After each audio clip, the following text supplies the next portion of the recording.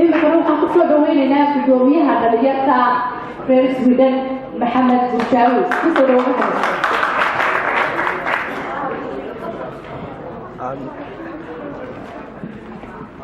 بسم الله الرحمن الرحيم.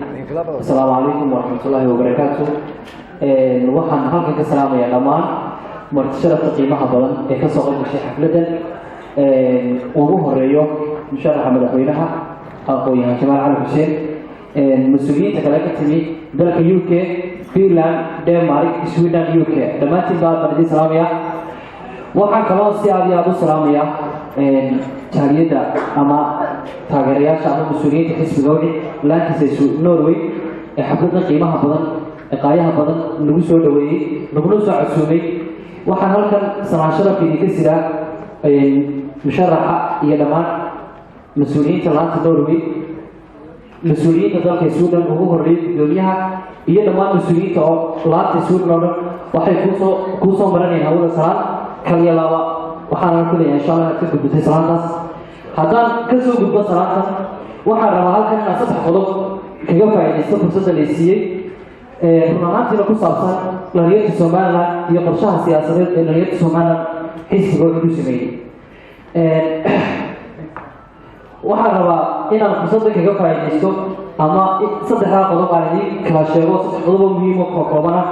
xisbiga waa xisbiga kaliya ee dhibaatooyinka haysata dhallinyarta Soomaaliland ka diidiyay isla markaana dhallinyarta Soomaaliland u jeedi doona insha Allah ta'ala wado fiican oo inay ka waantoobaan tahriibka qabyaalada iyo dhibaatada haysta ee faraha badan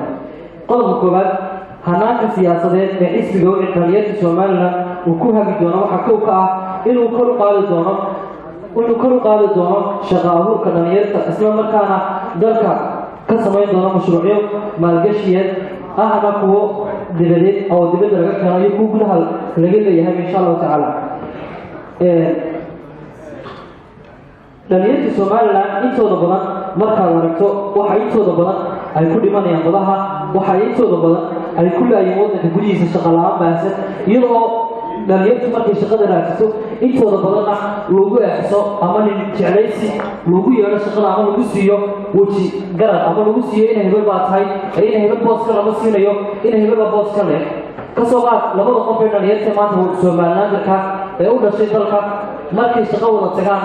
waxa la siinayaa ninkii la garanayo abiyii wasiir ahaan jiray ama abiyii mujaahid ahaan jiray ama abiyii magac ahaan jiray dalka laakiin ninkii raay miskiinka ahaa dabaqada hoose ahaa ee kala ka waxbarashada fiicnaa inta badan maxay toolay waxba lama siinayo labada qof ee dhallinyarta inta badan dadka wax aad ku bartay waxa way waa dadka guryaha dayarta ka soo toosa ninka subaxii lagu geeyay iskuulka leela calaawiga waxba ma bartay inta badan way ognahay laakiin ninka inta badan dadka daciifka guriga ka soo toosa ayaa wax barta kaasana aad u shaqada loo diiday isagoo laga yaabo hooyadii ay ku soo koriso qodobka koowaad oo ka soo gudbaya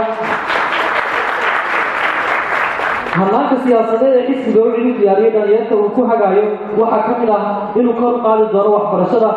guud ahaan waxbarashada dugsiyada sare dugsiyada hoose dugsiyada dhexe ilaa heer jaamacadeed mana heli doono manhaj waxbarasho oo ku salaysan waxbarashada heer caalami ama wadamada reer galbeedka inuu joogno la shaqeyn doono tiknoolajiyada caalamiga ee ku shaqeysan doono hanaanka siyaasadeed ee xisbiga wixii ku hagi doono dhallinyarta Soomaaliland waxa ka mid ah inuu mideyn doono dhallinyarta Soomaaliland isla markaana ka siman yihiin waxbarashada ay ka sinaan doonaan shaqadan ay ka sinaan doonaan oo aan loo kala eexan doonin loona kala badin doonin loona kala yareyn doonin nin walbana wuxuu maxay tolay uu qabsadana dhulka uu maganaysaa uu ku meel mari doono insha Allah ta'ala xisbiga isku soo wada duuba xisbiga waa xisbiga kaliya ee haysta nin dhalinyaro ah oo maxay tolay maanta fahmi karaya eeskaanahay iyo maanta eeska ay yihiin dhallinyarta Soomaaliland dhammaantoodba waxa loo baahan yahay haddii dhallinyarta Soomaaliland inaynu taageerno xisbiga cadaaladda daryeelka sababtay tahay inaga u baahan waxaynu ugu baahannahay waa nin aqoon-yahana waa nin da'yara waa nin maanta ina fahmi karaya waxaynu doonayno iyo waxaynu diidaynaba run ahaantii maanta nin weyn oo 70 jir ama 60 jir anigii ma fahmi karo waxaan doonayana ma garan karo laakiin Jamaal Cali Xuseen oo nin da'yara wayna fahmi karaa cabdishir xasan wataan sidoo kale marka inkastoo dadku ay fara badan yihiin badana aad ay u fara badan tahay khudbadeeduna laakiin waxaan ku soo koobaya كل يوم إن شاء الله تعالى وعد وأنا السلام عليكم.